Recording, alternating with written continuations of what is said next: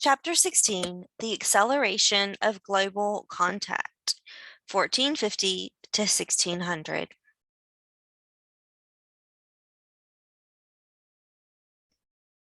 The South China trade was the most developed part of the Indian Ocean sea trade. Chinese goods heading east had to travel through the South China seaports. China was heavily involved in overseas trade. Admiral Zhang He's journeys took him as far as Egypt, but the voyages came to an end following the admiral's death and the death of the emperor who had initiated the voyages. India became another important link in the flow of trade. Indian ports became the link between China and the Persian Gulf. The peoples throughout the eastern Pacific Ocean spoke languages of Austronesian family. The peoples included populations of Indonesia, Malaysia, and the Philippines. Women in these cultures enjoyed a higher status than most other women throughout the world. In Southeast Asia, a groom paid his bride's family a sum of money at the time of the marriage.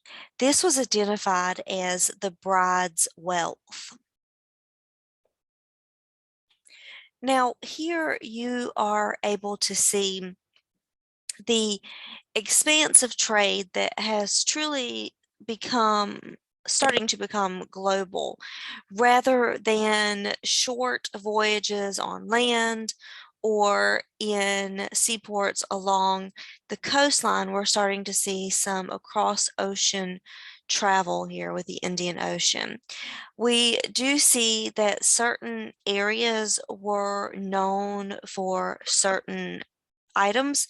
In particular, the African coast, we see that gold, slaves, and ivory were among the most valued items for trade. Certainly in India, we see that pepper, sugar, copper weapons, incense, and other items were popular for trade. In Asia, we see silk, perfume, porcelain, and drugs being a very popular trade item. And then down in Manila and in these areas, we see pepper, spices, and sandalwood. So we have started to see that there is a lot of trade, not just within individual regions or continents, but we start to see cross-continent trade as well. Africa became a source of gold and slaves. Gold was transported across the Sahara Desert to northern African ports. Slavery was practiced in Africa long before the Europeans arrived.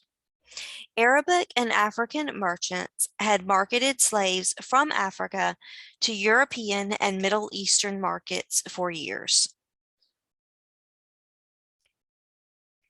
Italian merchants dominated the European trade following the end of the Crusades. When the Atlantic Ocean explorations began, the Italian merchants, navigators, and financiers advised the Spanish and the Portuguese monarchs.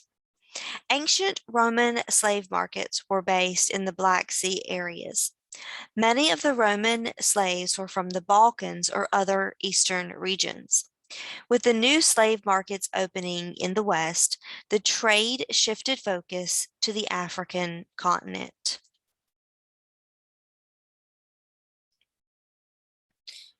Rebounding from the devastating Black Death, Europeans developed a taste for enjoyment and comfort.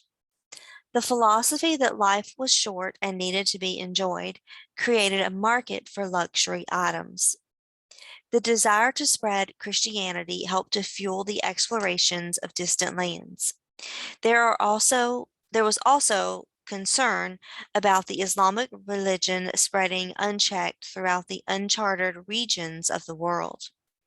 Many explorers simply wanted answers to questions that had annoyed people for generations. This tied with a desire to gain glory and name recognition. The growth of government power and competition among the monarchs helped to propel the voyages of discovery. Once the exploration business began, monarchs throughout Western Europe immediately showed interest and offered financial support. For many who were not in the elite social class, job opportunities were slim. Sailing on an ocean vessel and charting unknown seas was an opportunity for ordinary men to escape poverty and improve their quality of life.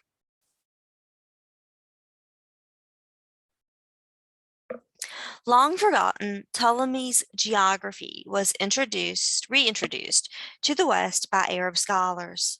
Flaws in the work included the absence of the Americas and the depiction of China as being much closer to Europe than it actually was. The magnetic compass assisted sailors in determining the direction and the sea position. The astrolabe identified the altitude of the sun and enabled the mariners to plot their position relative to the equator. Portuguese explorers hoped to gain military glory, find the mythical Prester John, and defeat the Muslim powers. They also hoped to find gold and develop trade in slave and spice markets. Prince Henry was dubbed the Navigator because he supported the study of geography and navigation and sponsored expeditions to West Africa. The Portuguese understood the need for friendly ports along trade routes. A string of trading posts and forts were built along the African coast for Portuguese vessels. The Portuguese fought for and won control of the Indian spice trade from the Muslim defenders. Here you can see that Portugal is not a large territory, but the Portuguese were very successful in exploration and trade. Christopher Columbus' proposed westward voyage was first rejected by Portugal. He finally received financing for his voyage from the Spanish monarchs. Initially thinking that he had landed in the Indies, Columbus continued south and found a large island, which he thought was Japan, but was later identified as Cuba. He did find gold ornaments worn by the native groups, which he reported to the Spanish rulers. In the following decades, Spain developed colonies throughout the New World.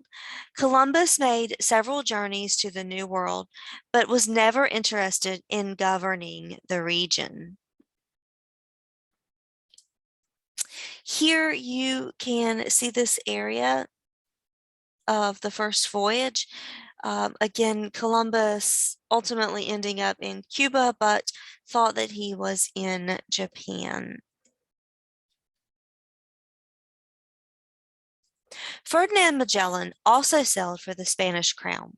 Although his crew was the first to circumnavigate the globe, what started as a fleet of 5 ships finished with a crew of 18 survivors, returning to Spain with only 1 ship.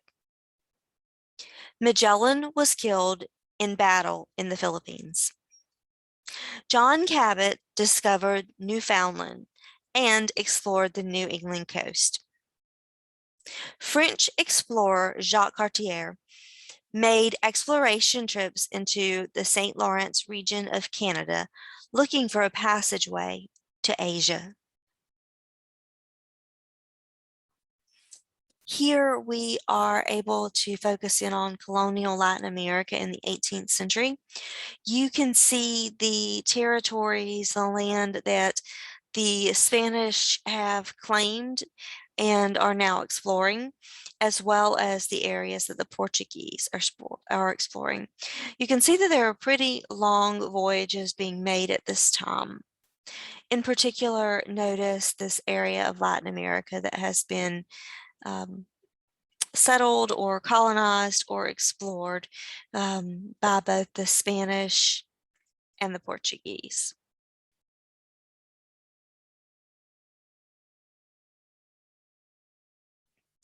The vast Mexican Empire was a sophisticated civilization with a larger capital than any European city at the time. After landing on the Mexican coast, Hernando Cortes ignored orders to limit his activities to trade and exploration and established a settlement. From the coast, he moved inland and conquered the native populations, claiming the land for Spain. The Aztec leader Montezuma was killed in battle, opening the entire region for the conquistadors. The Inca Empire was located in South America in the region of Peru. The Incas were an isolated population living more than 9,800 feet above sea level. Following 5 years of war, Francisco Pizarro defeated the Incas. The Inca leader planned a trap for the Spanish, but the Spaniards ambushed and captured him and later executed him. With the Inca leader gone, the Spanish forces moved in and ransacked Cuzco, the capital of the Inca Empire.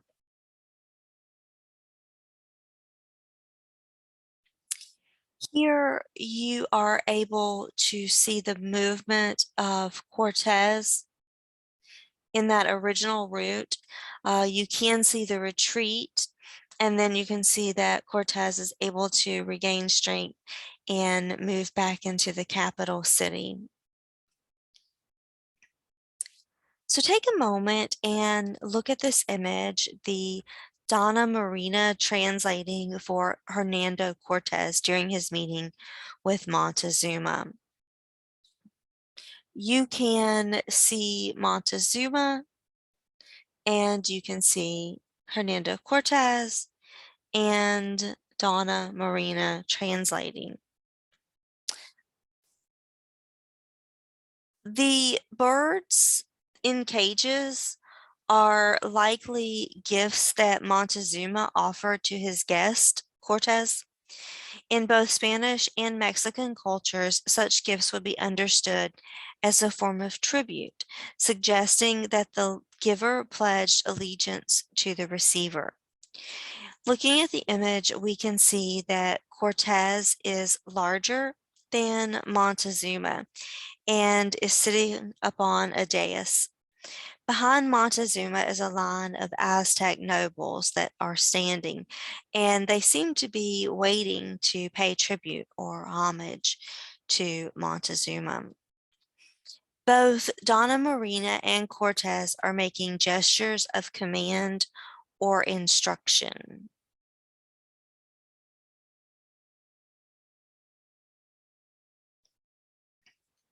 Spanish holdings in the New World were divided into viceroyalties or administrative divisions.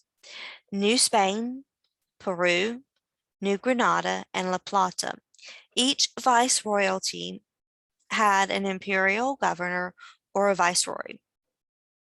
Each viceroy was advised by an audiencia or a panel of judges. Other officials included intendants or corregidors.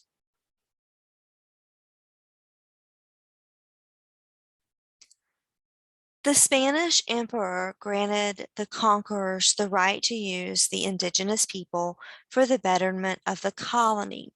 The encomienda system reflected the efforts of the Spanish to exploit the labor of Native Americans. Europeans introduced natives to new and unknown diseases. A large portion of the native population died from diseases such as smallpox.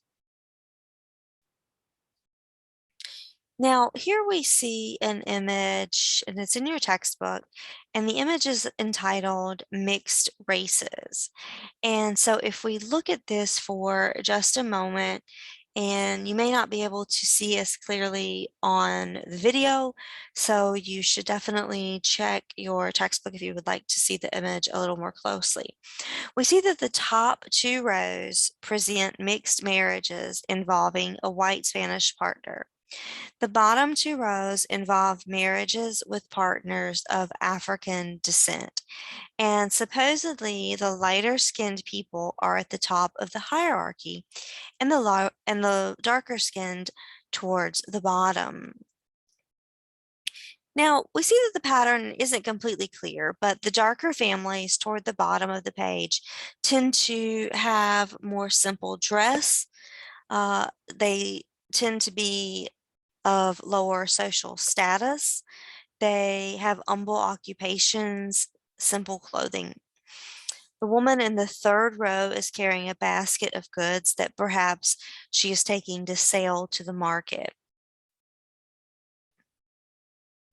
It seems unlikely that people living in mixed race societies of Latin America and the Caribbean would have needed a guide for the various mixes and the social ranks because they grew up aware of their class and they grew up aware of the social lines that they did not cross.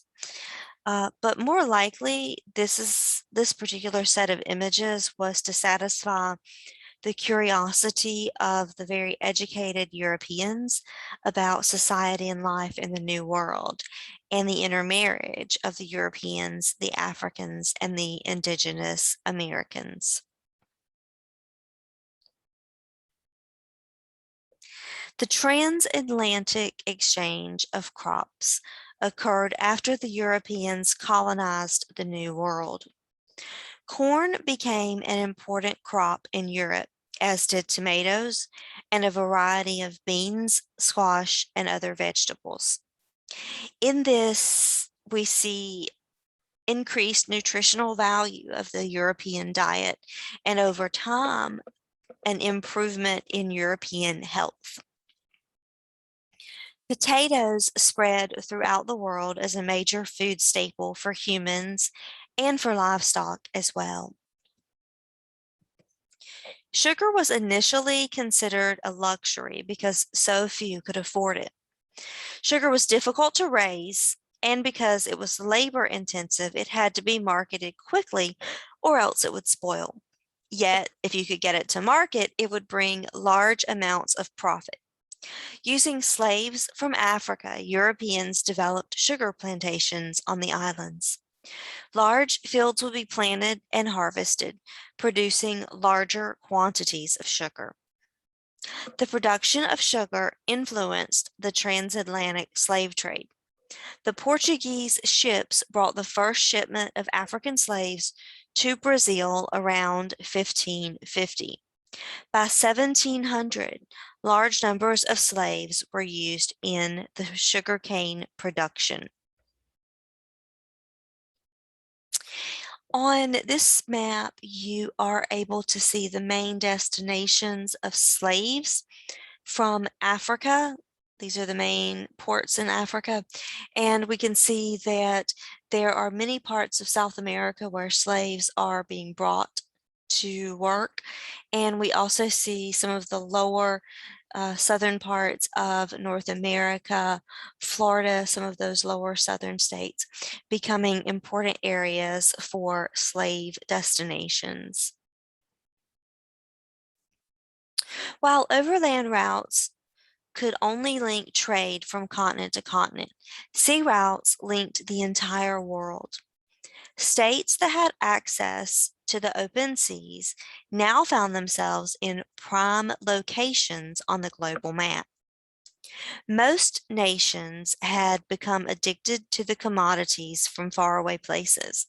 The world wanted silk and porcelain from Asia, slaves from Africa, and riches from the New World.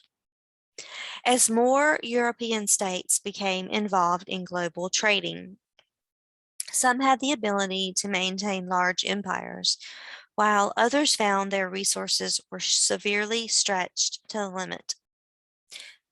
Those who were stretched to the limit often became targets of stronger states. Now, again, this is a similar map to the one that you saw a little bit earlier, but we can see that by the 16th and 17th century, there are many different groups, different regions that are trading. One of the most successful traders were the Dutch along these pink routes here, but we see that the Spanish, the Dutch, the Chinese, and the Portuguese, and the Arabs and the British are all involved in trade. We also see at this particular time that most of this new world is being dominated by the Spanish and under Spanish control.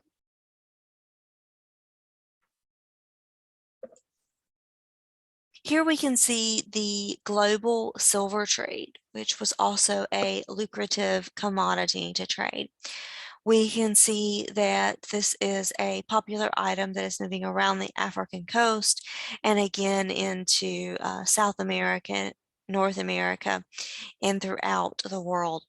Now, keep in mind that as more and more people are seeking luxuries such as porcelain, china, silver, this is increasing the continent, the global contact among the continents. Now, this image is entitled The Silver Mine at Potosi. And take a moment and just look at this image.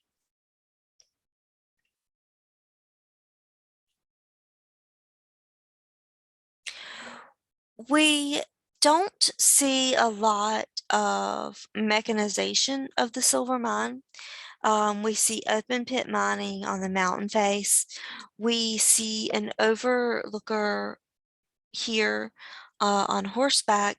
We see that this is really a labor-intensive process by which the miners are working by hand. We can make note that this also represents the ability of those who can extract from the mines to amass tremendous wealth.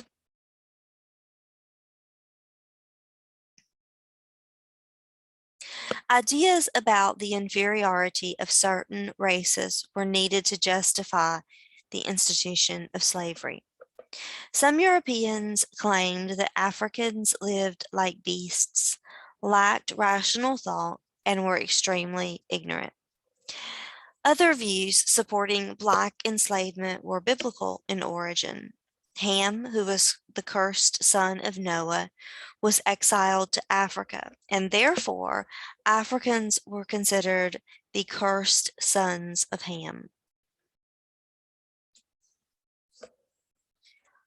With the increasing knowledge of the surrounding world and the horrific events of the past decades of religious wars, a new school of thought developed, skepticism.